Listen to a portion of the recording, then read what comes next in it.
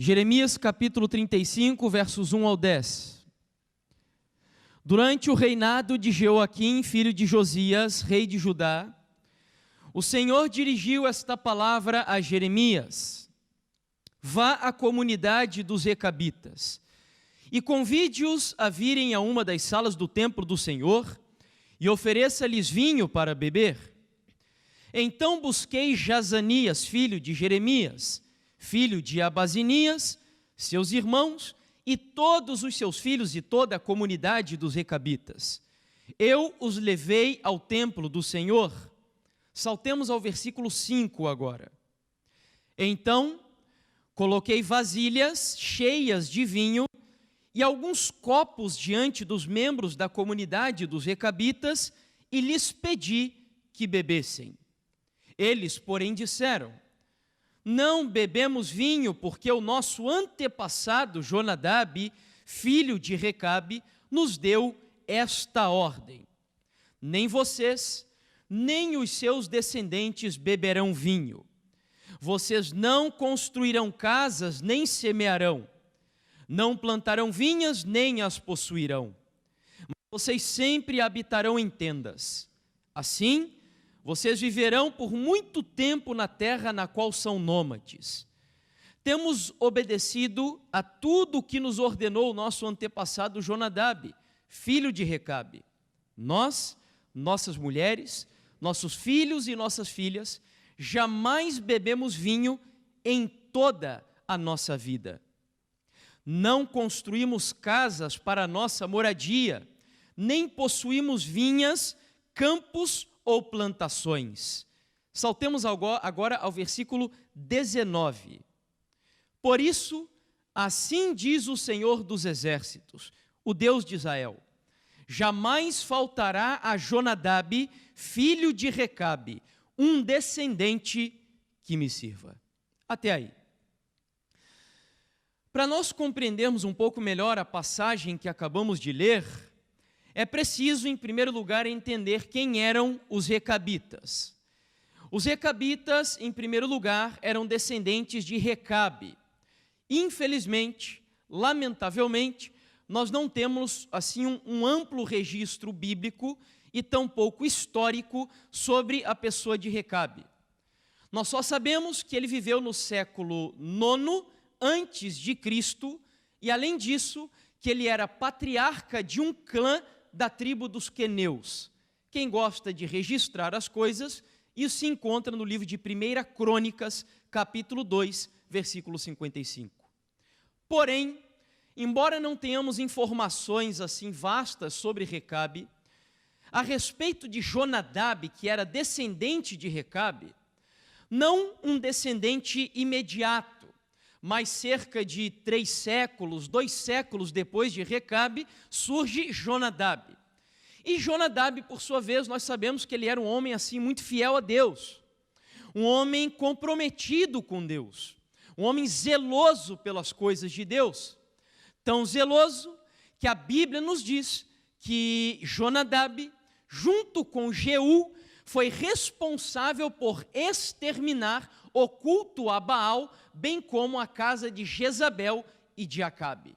Ou seja, ele era um homem que abominava a idolatria, a apostasia introduzida no meio do povo de Deus. Portanto, era um homem fiel, um homem que preservou até a sua geração os princípios ensinados por Recabe cerca de 200 anos antes. Avançando um pouco no entendimento de quem eram os recabitas, ao fim, nós sabemos também que eles eram midianitas. Quem eram os midianitas? Eram descendentes de um homem chamado Midian.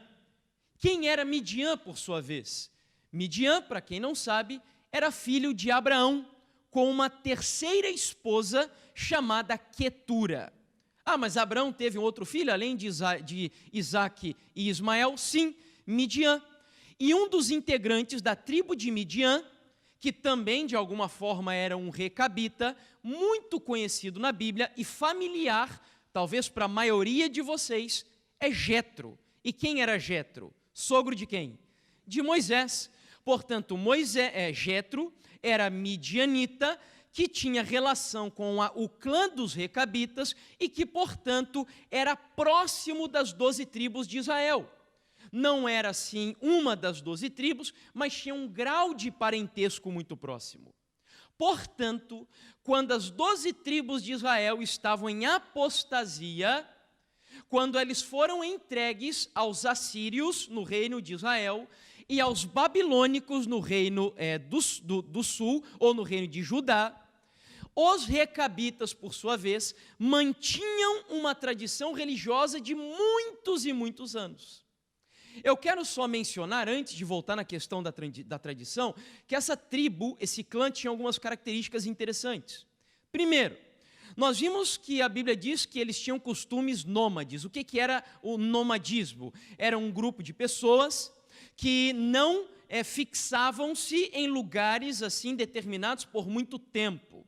Eles apenas construíam tendas e eles viviam se mudando assim a todo momento, porque eles entendiam que aqui na terra eram peregrinos e que a cidade deles, de fato, estava no reino dos céus. Além disso, essa tribo tinha outro costume peculiar, que era não fazer uso do vinho de jeito algum. E não só fazer uso do vinho, eles inclusive não plantavam uva. Por que razão? Porque lá naquele tempo não tinha geladeira, não haviam assim tecnologias capazes de conservar o suco da uva de tal forma que ele durasse um bom tempo sem fermentar e se tornar alcoólico. Sabendo, portanto, das consequências da embriaguez, a família de Recabe e toda a sua geração aconselhava os seus descendentes a não fazer uso da uva de forma alguma, para não incorrer nos problemas da embriaguez e consequente idolatria. Finalmente, e essa é a característica que mais me interessa para o nosso estudo, e eu acabei de mencionar para vocês, os recabitas, diferente das 12 tribos de Israel, tinham um respeito pela sua história, assim, sem igual. Eles tinham orgulho do seu passado. Eles tinham uma tradição religiosa tão profunda que, mesmo falando de 2 séculos, 3 séculos passados, nós ainda temos os jovens recabitas da época de Jeremias preservando os princípios, a ética, a moral, a cultura e a educação que eles aprenderam 300 anos antes da geração deles. E qual era o segredo da família dos recabitas? Eles tinham identidade e tradição religiosa. Eles olhavam para o passado e eles conheciam, por exemplo, os pioneiros daquela família. Tanto que Jazanias, que era o recabita vivo na época de Jeremias, ele olha para trás e diz, olha, há algum tempo vivia um homem chamado Jonadab, que é filho de Recabe, e eles nos ensinaram a não fazer isso, isso e mais isso. Ou seja, estamos falando de muitos séculos passados, mas ainda assim os princípios daquela família eram preservados, volto a repetir, porque havia entre eles identidade e tradição religiosa. Bom, o grande problema é que nós precisamos, em primeiro lugar, entender o que significa a palavra tradição. Porque na nossa época, quando falamos de tradição, a impressão que temos é que isso é praticado por pessoas conservadoras, retrógradas, atrasadas, antiquadas e que são extremistas e fanáticos da sociedade. Porém, buscando no dicionário o significado de tradição, a definição que eu encontro é a seguinte, que tradição é a transmissão de doutrinas, de lendas, de costumes e etc., durante um longo espaço de tempo, especialmente pela palavra. A tradição é o laço, olha a importância disso, do passado com o presente. E uma última definição nos diz que a tradição oral é a transmissão oral, às vezes registrada por escrito, dos fatos ou doutrinas religiosas. Pergunto, se nós damos aqui uma olhada assim básica nas definições do que é tradição, religiosamente falando, tradição é algo importante para a igreja, sim ou não? Com certeza, porque aqui está falando de que é o laço que nos une do passado com o presente e nos projeta, obviamente, para o futuro, de forma correta e sólida. O grande problema, volto a repetir, é que a palavra tradição hoje, ela é uma palavra alvo assim de chacota, de zombaria e símbolo de atraso. E mesmo entre o meio religioso, quando nós falamos de tradição, o único conceito de tradição que nós temos é o conceito negativo. Lembra que Jesus, por exemplo, condenou os fariseus porque valorizavam mais a sua tradição do que os mandamentos de Deus, lembra disso? Ok, então nós temos na Bíblia a má tradição. E mesmo na igreja hoje nós temos tradições que são observadas pelas pessoas. Eu vou citar só uma aqui para vocês, porque eu sei que essa não ofende vocês aqui e possivelmente vai atingir alguns lá no Brasil se assistir esse vídeo, mas como eu venho lá do Brasil não tem problema, porque isso é uma coisa que eu falo lá também. Mas uma coisa que é tradição lá no meu país é o culto aos sábados começar às 9 horas da manhã. Na realidade, nós começamos 8h45 o serviço de cânticos, para as 9 horas da manhã dar início ao culto. E para algumas pessoas lá no Brasil, é como se houvesse uma lei na Bíblia para o culto começar às 9 horas. Isso é a tradição, que não tem problema nenhum se for alterada, porque é só um costume, mas não há uma lei bíblica que diga que isso deva ser assim. Tanto que aqui vocês começam o culto mais tarde, e eu não me senti nem um pouco ofendido por isso. Tá? Então, tradição, nós temos a má tradição, aquela tradição que não passa de um costume adquirido pelos homens, porém, existe a boa e a importante tradição. Exemplo dela está aqui no livro de Tessalonicenses, capítulo 3, versículo 6, onde o apóstolo Paulo, falando da tradição, que é fundamental para a igreja, ele diz assim: nós vos ordenamos, irmãos, em nome do Senhor Jesus Cristo, que vos aparteis de todo irmão que anda desordenadamente, e não segundo o quê? A tradição que de nós recebestes. Olha que coisa. Portanto, aqui o apóstolo Paulo está mostrando que é uma tradição importante, uma tradição sem a qual a igreja não sobrevive.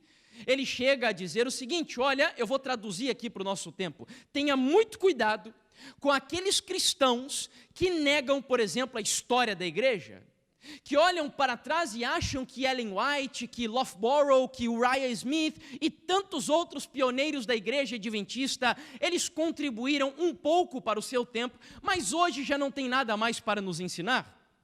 Tenha muito cuidado, Paulo diria, com aqueles homens que tentam inventar novos métodos de pregação e de mensagens bíblicas e de crescimento de igreja, que ignoram tudo aquilo que foi escrito, por exemplo, por Charles Haddon Spurgeon, por Martinho Lutero, por Calvino, que são os cristãos reformados. Ou seja, Paulo está lhe dizendo, cuidado com aqueles que têm a vida desordenada, que não andam segundo a tradição da igreja.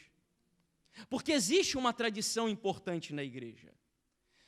O próprio Deus, falando dessa tradição, no livro de Jeremias, capítulo 6, verso 16, ele vai dizer o seguinte: assim diz o Senhor, ou seja, aqui são palavras de Deus, ponde-vos à margem do caminho e vede, perguntai pelas veredas antigas, qual é o bom caminho, andai por ele e achareis descanso para a vossa alma. Eu não coloquei ali a sequência do texto, mas o texto continua dizendo, e eles dizem o quê? Não andaremos.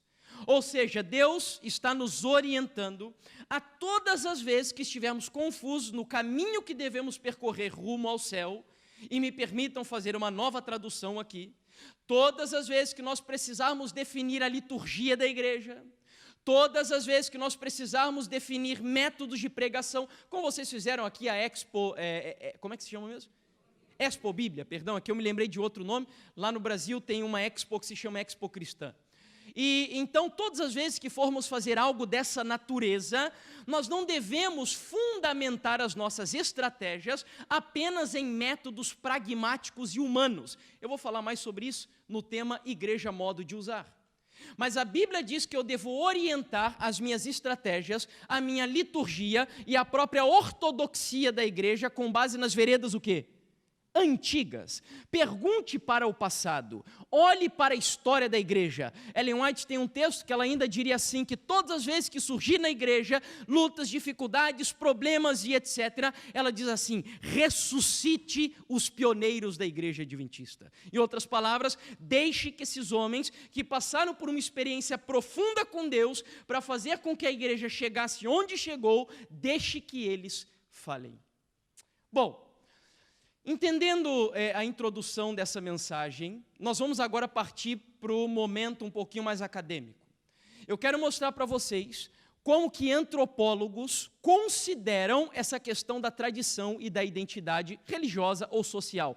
Eles vão falar de sociedade ali, porque eles não se importam assim tanto com a questão da religião, estudam até sobre religião, mas o foco deles é mais a sociedade. Mas eu quero que você capte, todas as vezes que eles falarem de sociedade, que você entenda ali o contexto religioso, que é o que nos interessa.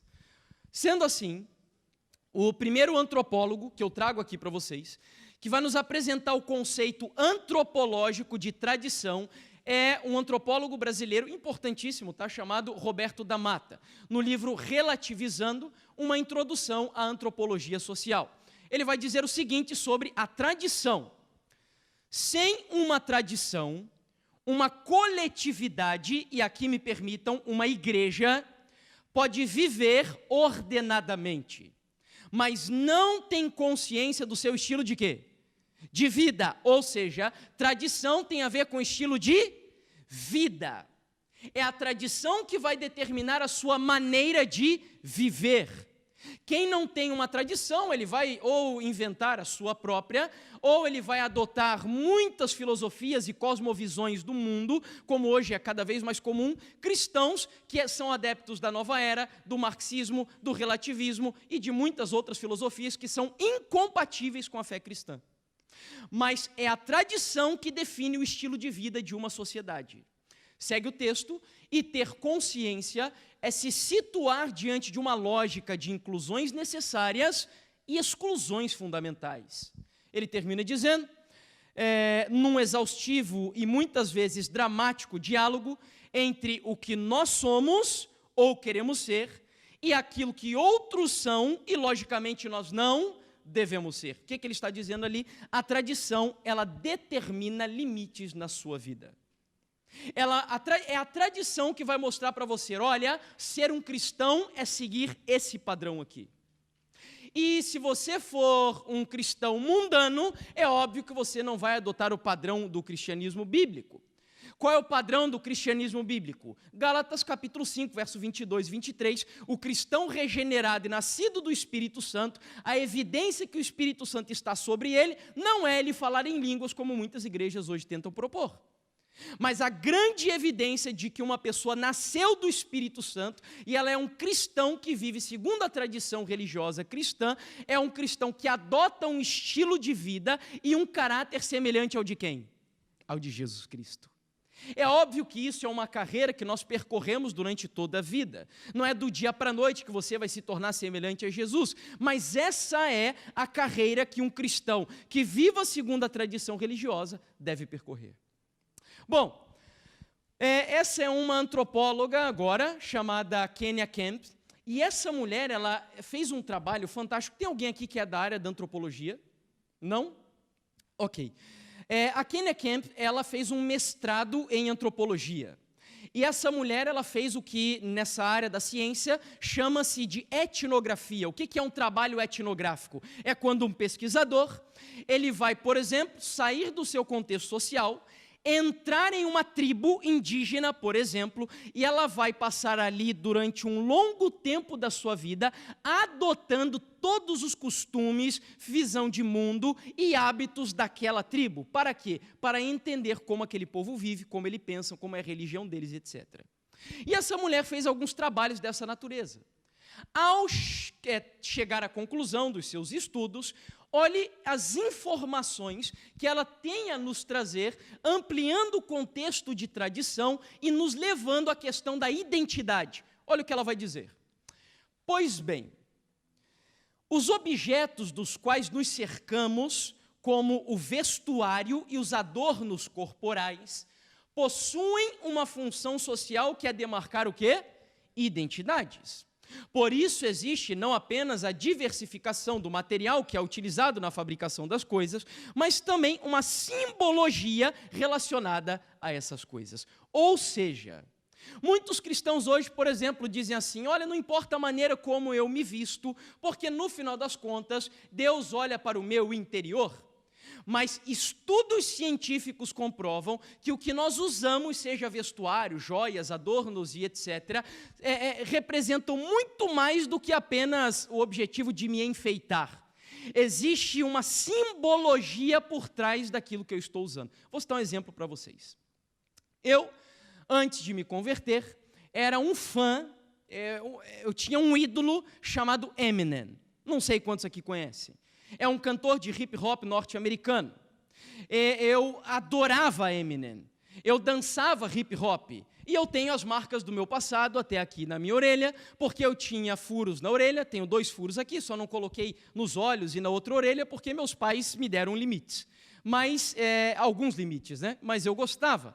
Usava colares, anéis, pulseira e também falava muitas palavras de baixo calão. Curioso, né?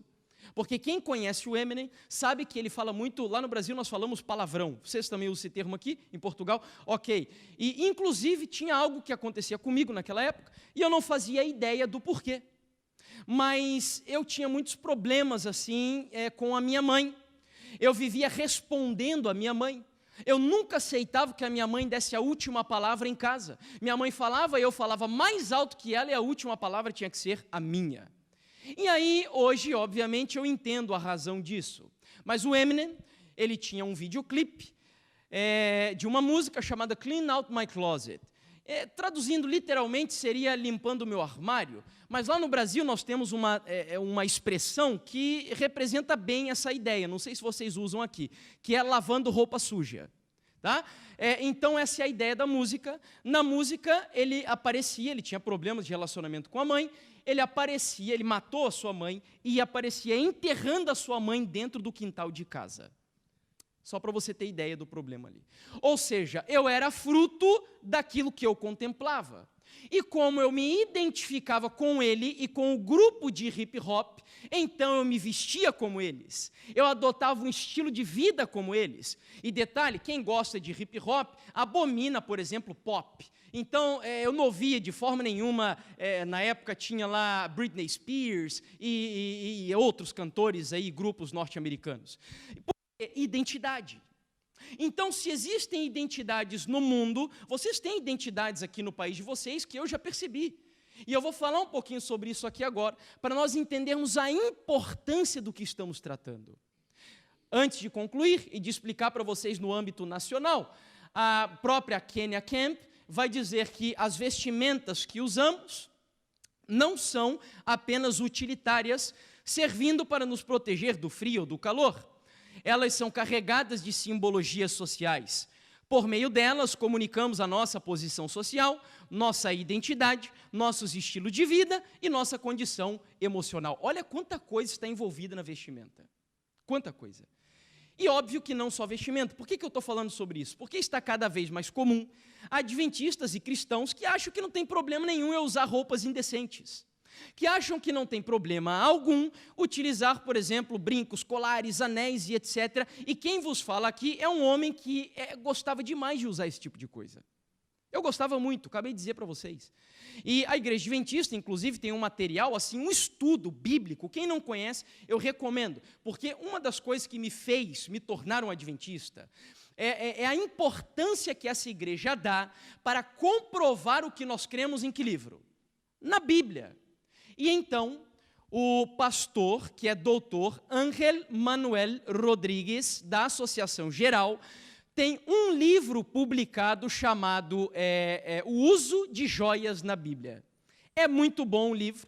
Ele vai apresentar o conceito bíblico ali, por exemplo, de joias funcionais e joias ornamentais, que é a diferença que muitos não conseguem fazer. Eu estou aqui, por exemplo, usando uma joia funcional, mas que não é uma joia ornamental.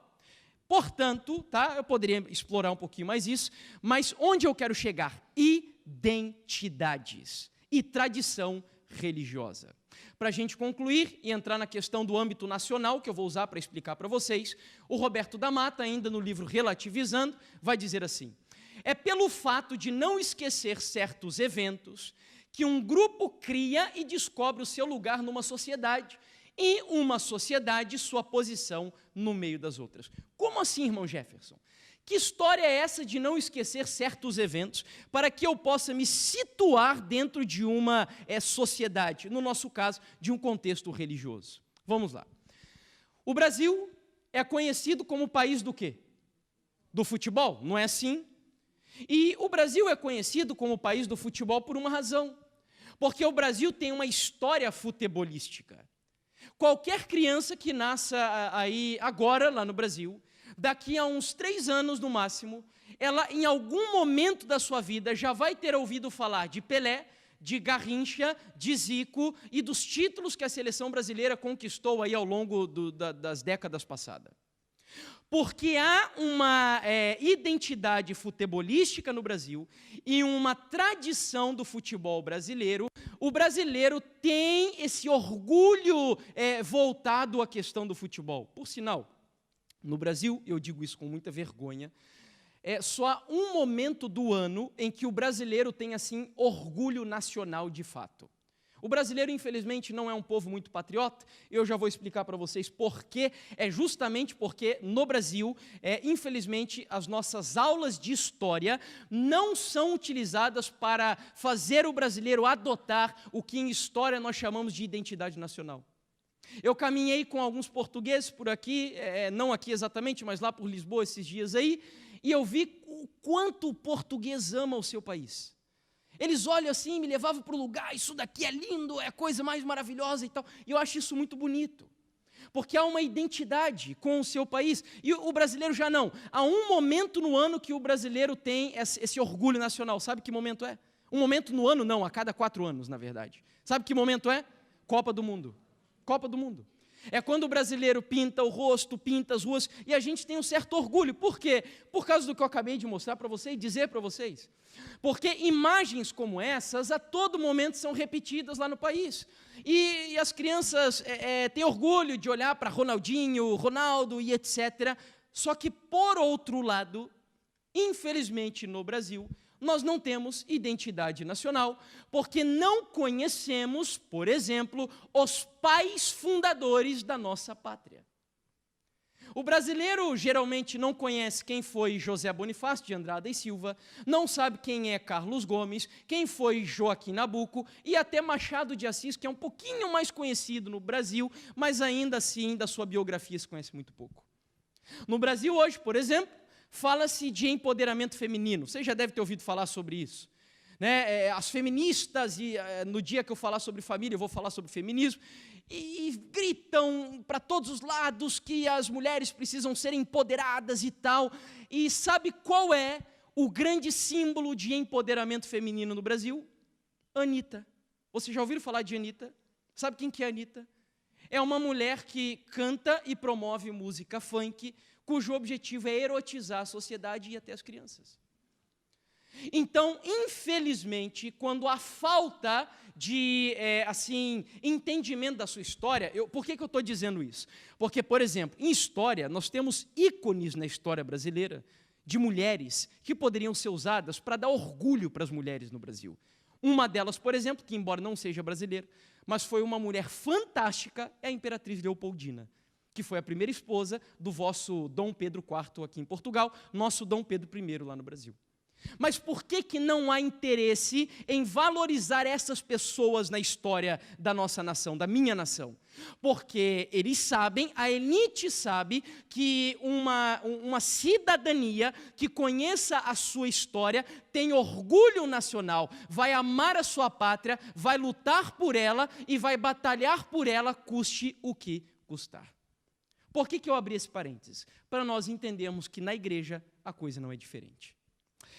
Um historiador chamado Laurentino Gomes, falando sobre a importância da história, do conhecimento histórico, olha o que esse homem vai dizer.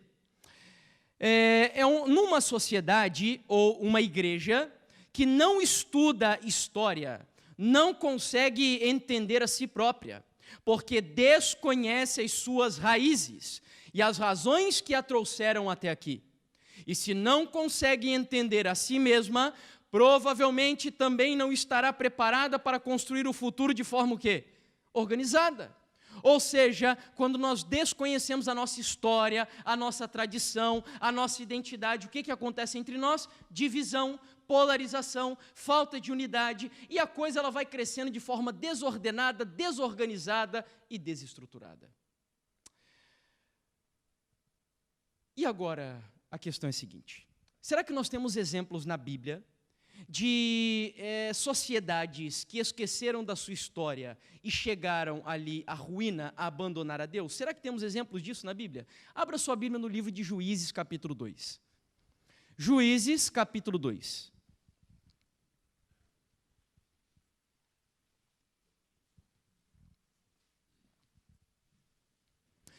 Nós vamos ler aqui o versículo 10. Juízes, capítulo 2, versículo 10.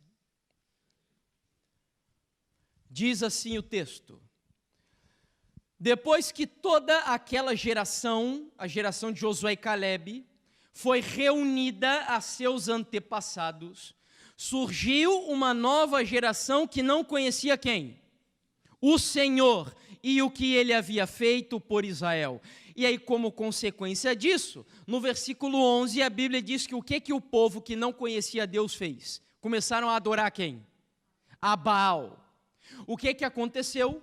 Josué e Calebe entraram com as suas famílias lá em Canaã, mas eles eram a única geração ainda antiga que havia trafegado pelo deserto durante 40 anos e que tinha um conhecimento histórico, identitário e da tradição religiosa do povo que saiu do Egito. Quando Josué e Calebe morreram, junto com seus antepassados, a nova geração, ou seja, os jovens que estavam agora em Canaã, fizeram o que com a sua história passada? Ignoraram. Nós não queremos mais saber desse Deus que abriu o Mar Vermelho, essa coisa de fazer o rio, ou melhor, as muralhas de Jericó caírem, o rio Jordão abrir e etc. Nós não queremos muito isso. Isso daí é uma coisa antiga, retrógrada e etc. Vamos agora adotar uma nova filosofia cananeia de vida. Amanhã eu vou falar sobre isso com vocês. Nós vamos usar o exemplo da entrada do povo de Deus no Vale de Sitim para nós entendermos a relação dos princípios e cultura. Se eu fosse você, eu não perderia, irmão. Não estou fazendo propaganda aqui não, mas é que a mensagem é muito importante mesmo. Bom, então, consequência é que essa nova geração já não conhecia mais o Senhor. Desprezaram a sua identidade, desprezaram a sua história, abandonaram a tradição religiosa e consequência disso é que o povo de Deus agora estava se prostrando diante dos altares de Baal, Astarote, Dagon, Moloque e etc. Concluindo, os recabitas, portanto, voltando lá na nossa história inicial, só conseguiram continuar fiéis a Deus, mesmo 300, 400 anos depois, porque eles preservaram de geração tras geração a sua tradição e a sua identidade religiosa. Ok, então agora vamos ao passo seguinte. E aqui a coisa vai entrar um pouquinho na parte mais prática. Qual é o grande problema dos cristãos hoje? Ontem nós falamos de pós-modernidade, e a pós-modernidade tem produzido o que... Eu usei esse termo, mas depois eu descobri que já tinham teólogos que utilizavam ele, que é o que eu chamo de esquizofrenia espiritual. O que é a esquizofrenia espiritual? E é justamente ela que vai comprometer a sua identidade. O que é uma pessoa esquizofrênica? A minha mãe mora em um conjunto de casas, lá no Brasil nós chamamos de condomínio, onde há uma senhora que é esquizofrênica. Certa vez, no meio da noite, da madrugada, a vizinha da minha mãe acordou assustada, porque na parte de cima da sua casa havia um telhado, tá, ali, onde guardava-se o carro, e essa vizinha esquizofrênica subiu no telhado, é uma senhora, e estava dando golpes na janela da casa para a vizinha acordar. no meio da madrugada. A vizinha abriu a janela e ela viu que era essa senhora esquizofrênica. Ela recolheu a senhora para dentro da casa e perguntou o que estava acontecendo. E a senhora disse assim: olha, me ajude, chorando em prantos, socorro, socorro, estão querendo matar a minha filha, sequestraram ela, estão ameaçando queimá-la dentro da minha casa. E aí a vizinha ficou apavorada, assustada, porque ela ainda não sabia que essa senhora era esquizofrênica. O que é o esquizofrênico? É uma pessoa que tem uma ruptura entre aquilo que ela professa e entre aquilo que ela de fato vive. Entendeu? É uma ruptura, é um problema ali emocional, onde a pessoa ela tem assim um choque entre a realidade e a ficção, entre o que ela diz ser e entre o que ela de fato faz. Antes de entrar na questão espiritual, um padre lá no Brasil, achei muito interessante, eu não costumo muito ler coisas assim de católicos, embora tenham coisas até boas, assim, que contribuem, principalmente históricas, mas um padre no Brasil publicou um artigo há alguns meses chamado Esquizofrenia Social. Para você entender o que é esquizofrenia espiritual, eu vou ler aqui agora para vocês alguns trechos desse artigo Esquizofrenia Social. Preste atenção, ele disse assim: vivemos numa sociedade, numa época, onde querem que os padres se casem e que os casados se divorciem. Querem que os héteros tenham relacionamentos líquidos, sem compromisso, mas que os gays se casem na igreja. Que as mulheres tenham corpos masculinizados e se vistam como homens e assumam papéis masculinos. Querem que os homens se tornem frágeis e delicados, com trejeitos, como se fossem mulheres. Uma criança com apenas 5 ou 6 anos de vida já tem o direito de decidir se será homem ou mulher pelo resto da vida. Mas um menor de 18 anos não pode responder pelos seus próprios crimes. Não há vagas para doentes nos hospitais, mas há o incentivo e o patrocínio do sistema público de saúde para quem quer fazer mudança de sexo. Há acompanhamento psicológico gratuito para quem deseja deixar a heterossexualidade e viver a homossexualidade. Mas não existe nenhum apoio desse no mesmo sistema público de saúde para quem deseja sair da homossexualidade e viver a sua heterossexualidade. E se tentarem fazer, são criminalizados. Ser a favor da família e religião é ditadura, mas urinar em cima de crucifixos é liberdade de expressão. E aí ele conclui dizendo: se isso não for o fim dos tempos, deve ser um ensaio para ele. Isso é esquizofrenia, entendeu? E aí, onde eu a encontro no contexto espiritual religioso? Aqui, por exemplo, uma cantora lá no Brasil, de funk, que ao mesmo tempo é evangélica, ela disse o seguinte sobre essa relação entre um estilo de música promíscuo, erotizante, condenado pela Bíblia, a relação disso com a sua fé. Olha só o que ela falou: amadureci muito no gospel, precisava desse tempo, mas minha carreira no funk sempre esteve ali. Hoje eu consigo o quê? Dividir a fé da música. Pergunto, tem como fazer isso? Só tem como fazer isso se você sacrificar os seus princípios de vida, a sua identidade. Porque é impossível, a não ser que nós sejamos cristãos esquizofrênicos, que sejamos capazes de separar a nossa fé de todo o restante da nossa vida. Deixa eu ser bem claro aqui. Um cristão que acredite na Bíblia de fato, no nosso caso, nos livros de Ellen White e no manual da igreja, a cosmovisão adventista deve afetar a sua visão política, sexual, religiosa, financeira, filosófica, deve afetar a sua vida inteirinha, a sua maneira de você enxergar o mundo. Entendeu? E a única forma de não viver segundo isso, que é a tradição cristã, religiosa, adventista, é adotando o que nós estamos aqui falando de esquizofrenia espiritual. Um último exemplo é o de uma atriz da Globo. E olha, eu estou falando aqui da Globo porque realmente eu acredito assim que a Globo, junto com a mídia, mas a Globo assim acaba tomando a dianteira nisso tudo. Ela tem contribuído muito para a destruição do cristianismo no Brasil e eu acredito que até aí através do mundo todo. Então, eles amam quando esse tipo de coisas, quando atores da Globo promovem coisas como essa que eu vou dizer aqui.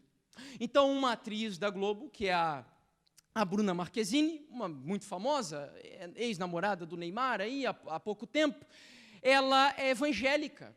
E ela, no seu Instagram, usava a página para publicar em alguns momentos, por exemplo, missão que ela fez na África.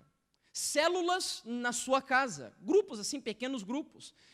Até que, agora no mês de agosto, ela fez aniversário e ela resolveu celebrar o seu aniversário em uma boate, dançando funk, bebendo cerveja e bebida alcoólica e etc. E uma seguidora dela, que é evangélica, criticou essa atitude dela e disse assim: Bruna, há algum tempo você publicou uma imagem de uma reunião de pequeno grupo na sua casa, de uma missão que você foi fazer na África, e agora publica fotos como essa. E aí ela disse assim: saia de cima do muro. E a Bruna não gostou muito, e aí respondeu a sua seguidora com as seguintes palavras: a única referência da minha vida é Jesus. E celebrar mais um ano de vida, dançar, sorrir, cercada de amigos queridos, não abala em nada o meu relacionamento e a minha intimidade com o meu Pai. Se algo estiver errado em meu comportamento, e agora está o segredo do problema, sei que ele vai o quê? Me incomodar e me convencer na minha intimidade com ele do que precisa ser mudado, como já fez algumas vezes. Sabe qual que é o problema aqui? Humanismo. Ou seja, ela não está nem um pouco interessada com o que diz que livro? A Bíblia. Deus vai falar no meu coração, na minha intimidade, do meu jeito, da minha maneira. Ou seja, como eu disse ontem, é Deus que tem que se adaptar ao meu estilo de vida, e não o contrário.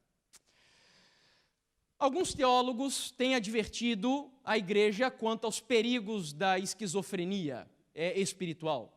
Por exemplo, um teólogo adventista, que é o pastor John Paulin, no livro Deus no Mundo Real, diz assim, ele adverte os cristãos da existência esquizofrênica, na qual a fé afeta a vida por um curto período apenas, cada dia, seguida por uma existência essencialmente secular durante o restante do tempo. Então, esse é o problema da esquizofrenia espiritual. A fé te afeta por um período curto, mas durante todo o restante da sua vida, como eu costumo dizer. Nós, cristãos, hoje temos adotado a filosofia da segunda besta de Apocalipse, capítulo 13, na nossa vida. Mas como que nós temos vivido a filosofia da segunda besta? A maioria de nós, se não todos, eu me incluo entre eles, nos parecemos como um cordeiro, mas falamos como um dragão. É por isso que eu digo que a besta do Apocalipse 13 é uma besta esquizofrênica. Porque há um problema entre o que se professa e o que se faz. E é essa ruptura que o pastor está ali mencionando. Um outro pastor, se eu não me engano, esse é anglicano, no livro Harry Blamires, no livro A Mente Cristã, ele também vai falar sobre o problema da esquizofrenia. E esse texto é fenomenal, preste muita atenção nele. A tradição da nossa igreja é que a vida cristã é uma vida para o homem o quê? Pleno. O que significa a palavra pleno? Completo. Isso é a tradição da igreja. Ou seja, o cristianismo afeta a sua vida toda. Sim, tem coisas que você vai parar de assistir. Tem coisas que você precisa parar de ouvir. Tem ambientes, sim, que não são lícitos para um cristão frequentar. É óbvio que a Bíblia, ela condena algumas coisas. E hoje, parece que nós temos medo de dizer que o cristianismo condena, sim, algumas práticas que são aí normais hoje na igreja cristã. E talvez isso explique os grandes problemas que nós enfrentamos hoje da falta de crescimento da igreja. Porque onde há falta de identidade, a pergunta é se essa igreja, ou se esse movimento, ou se essa sociedade não me apresenta nada diferente, melhor do que eu possa encontrar lá fora, por que eu vou me tornar um cristão então? Eu vou me adiantar em dizer algo aqui para vocês. Ontem foi comentado aqui sobre os jovens que vão para as universidades e saem da igreja. E recentemente eu vi um dado estatístico que é assombroso. Sabe qual é o índice de jovens que ao entrarem nas universidades viram ateus e abandonam a igreja? 70% dos jovens. Sabe o que isso significa? Que a cada 10 jovens cristãos que vão para as faculdades, ao saírem de lá, 7 abandonam a igreja e viram ateus. E por quê? Muito provavelmente porque o que eles estão oferecendo lá para eles tem mais racionalidade do que aquilo que nós estamos oferecendo na igreja. Então nós precisamos repensar a nossa fé. Lá no Brasil eu participei de um congresso de jovens, onde os líderes da minha associação, da minha união na realidade, perguntaram qual era o principal motivo que os faziam assim desanimar com a igreja. Sabe qual foi a resposta que a maioria dos jovens deram? Hipocrisia dos membros da igreja. Esquizofrenia. Entendeu? Bom, e aí o pastor segue aqui dizendo: não há espaço no cristianismo para uma cultura do espírito que negligencie a mente, para uma disciplina da vontade que não passe pelo intelecto. Pode ser que o mal do nosso tempo seja a desintegração do pensamento humano e da experiência humana em compartimentos separados e não relacionados. Pois uma caracterização da condição corrompida da sociedade moderna é a segmentação das faculdades humanas. Que faculdades são essas? As físicas, as emocionais, as intelectuais e as espirituais, em categorias distintas e exploradas separadamente. O homem está desmembrado. É como a igreja nutre, alimenta o cristão esquizofrênico, a própria igreja contribui para o processo do desmembramento. Embora seja de sua alçada checar esse desmembramento e agir contra ele. Entenderam o que o texto está dizendo? Como dizem vocês, percebem o que o texto está dizendo? Será que o nosso adventismo tem sido afetado pelos problemas que vemos aqui e como? Eu vou trazer dados estatísticos para vocês. A Associação Geral da Igreja Adventista nos Estados Unidos fez uma pesquisa no ano de 2013, onde eles examinaram mais de 1.000 jovens adventistas universitários e fizeram várias perguntas para esses jovens. O objetivo deles era descobrir quais são as doutrinas mais rejeitadas pelos jovens adventistas universitários. E aqui estão as doutrinas principais. Eu não vou citar todas elas, mas daqui para baixo, começando com o santuário, nós vamos em grau crescente de rejeição. Então, a primeira doutrina mais rejeitada pelos jovens adventistas universitários é a doutrina do santuário celestial. A segunda é a crença de que o nosso mundo foi criado em 6 dias literais de 24 horas em um passado recente. A terceira crença, lembrando, é em grau crescente de rejeição, o dom profético de Ellen White. A próxima, o juízo investigativo. A penúltima, o princípio bíblico de que não devemos casar em julgo o quê? Desigual. E a última crença, que na realidade é a mais rejeitada pelos jovens universitários, eu diria que até por adultos hoje na igreja, é a crença de que a igreja adventista do sétimo dia é a igreja remanescente da profecia bíblica. Ou seja, todas as doutrinas que eu citei para vocês, que são as mais rejeitadas, são as doutrinas peculiares da igreja adventista do sétimo dia. O que isso mostra? Que o diabo está afetando frontalmente a nossa identidade e tradição religiosa. Por quê? Porque ele sabe que a igreja que Deus chamou para cumprir uma missão especial nesse tempo de preparar o mundo para a segunda vinda de Jesus e para o grande dia do juízo. Que igreja é essa? A igreja adventista. E nós vamos falar mais sobre isso quando estudarmos sobre o Armagedon. Bom, eu preciso encerrar. Eu não poderia terminar sem citar as palavras dessa senhorinha fantástica, a quem eu chamo de o microscópio de Deus, Ellen White, e que, por sinal, eu só não tenho usado muitas citações de Ellen White aqui, em primeiro lugar, porque eu acredito realmente que às vezes cansa, quando nós repetimos muitas citações, nós acabamos não gravando muita coisa. Mas, acima disso, é porque eu sei que, infelizmente, na igreja hoje, tem muitas pessoas que acham que esse tipo de pregação é uma pregação extremista que só pode ser comprovada por Ellen White. E o que eu mostrei para vocês aqui, eu usei muitos outros escritos, até de acadêmicos, mas eu poderia ter feito toda essa pregação usando só as orientações de Ellen White, sem nenhum problema. Eu creio que essa mulher é profetisa de Deus para a sua igreja nessa época. Eu acredito nisso. E então, olha só o que ela diz. Muitos conhecem tão pouco acerca da Bíblia que a sua fé é instável. Removem os marcos o quê?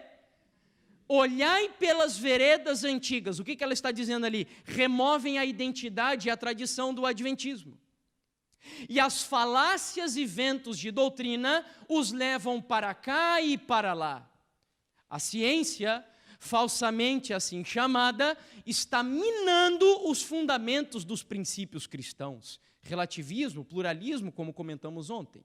E os que uma vez estavam na fé vão se afastando dos marcos bíblicos, a tradição e os princípios, e se divorciam de Deus enquanto ainda professam ser o quê?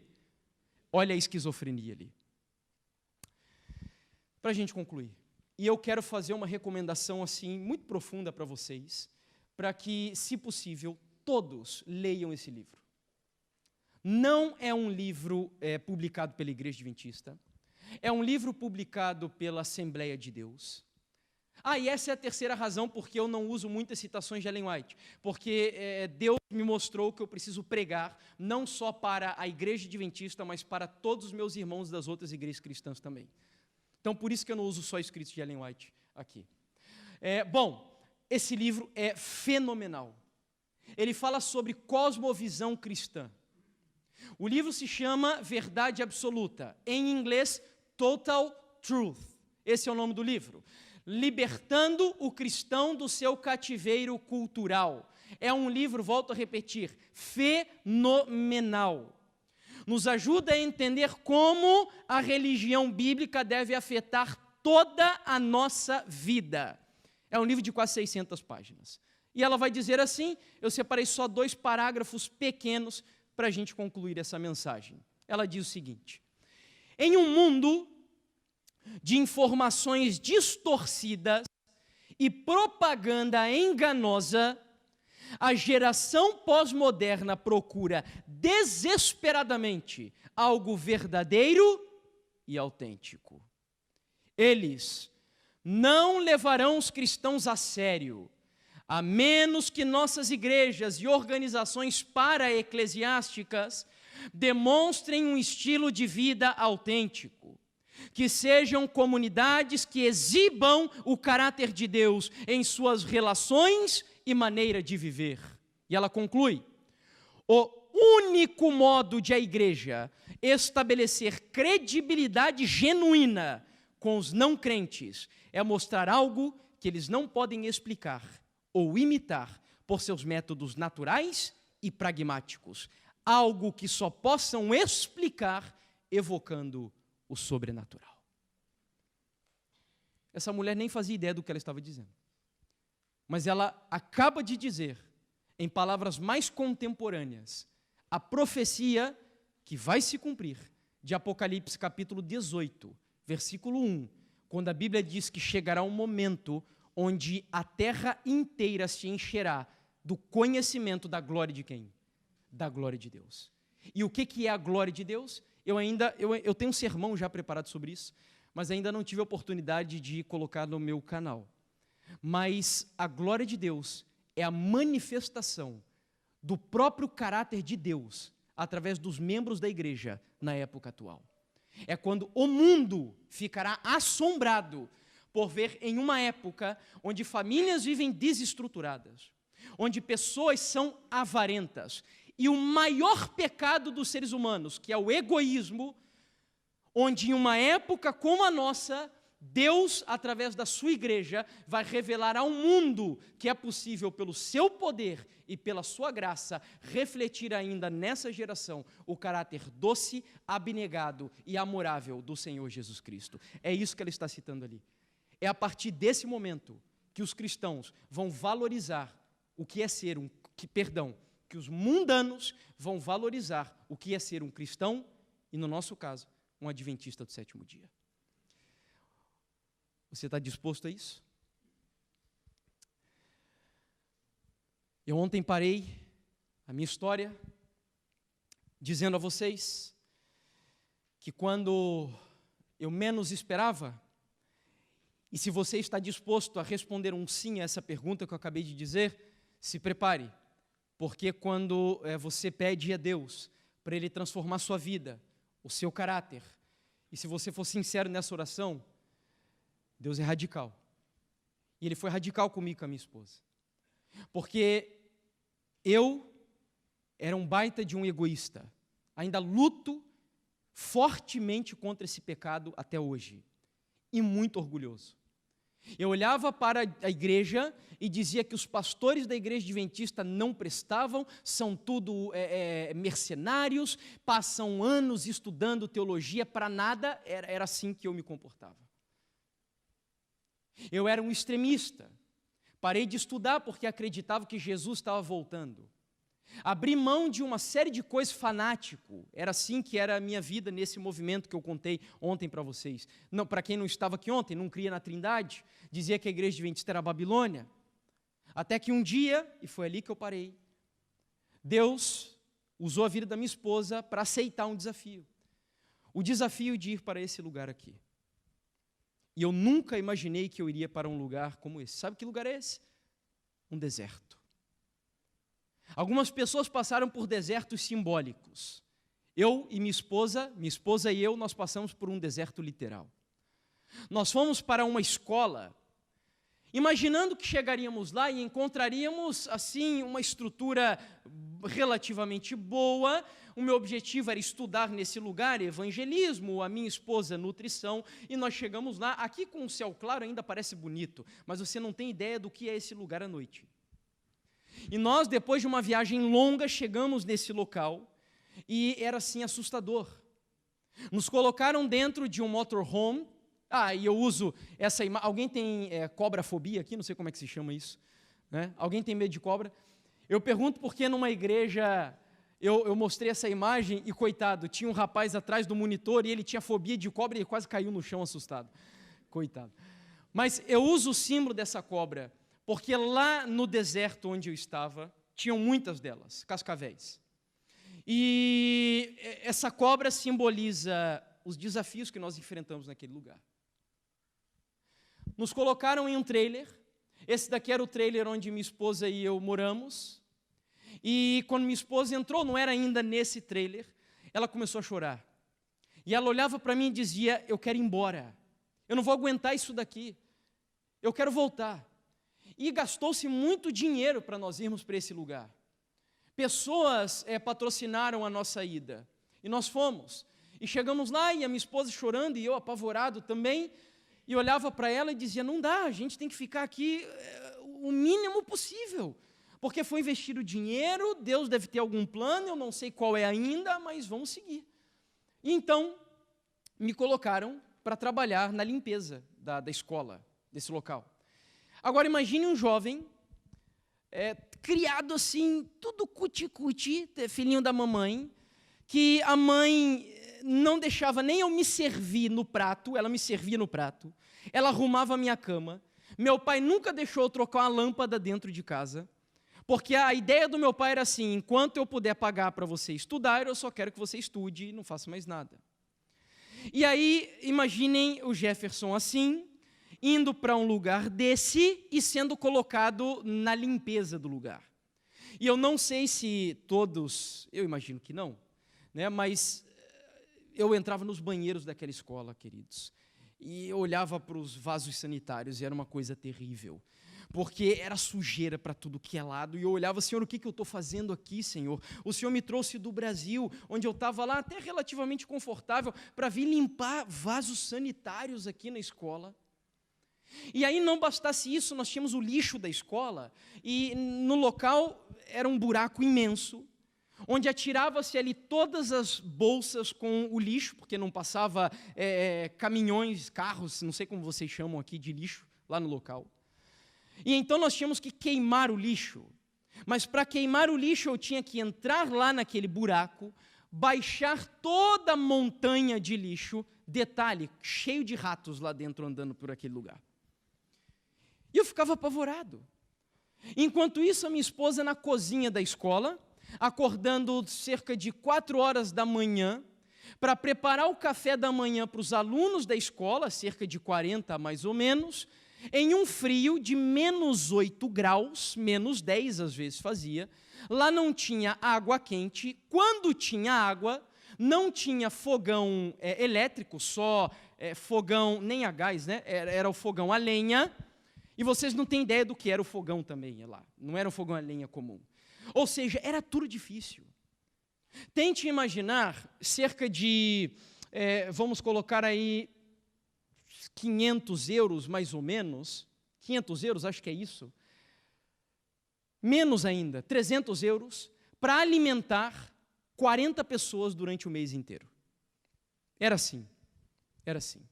Eu, inclusive, fiz tijolos nessa escola, nessa imagem ali não está dando para ver, porque eu acho que está cortada. Mas eu fiz tijolos porque a escola não tinha recurso para comprar. Enfim, irmãos, era um sofrimento atrás do outro.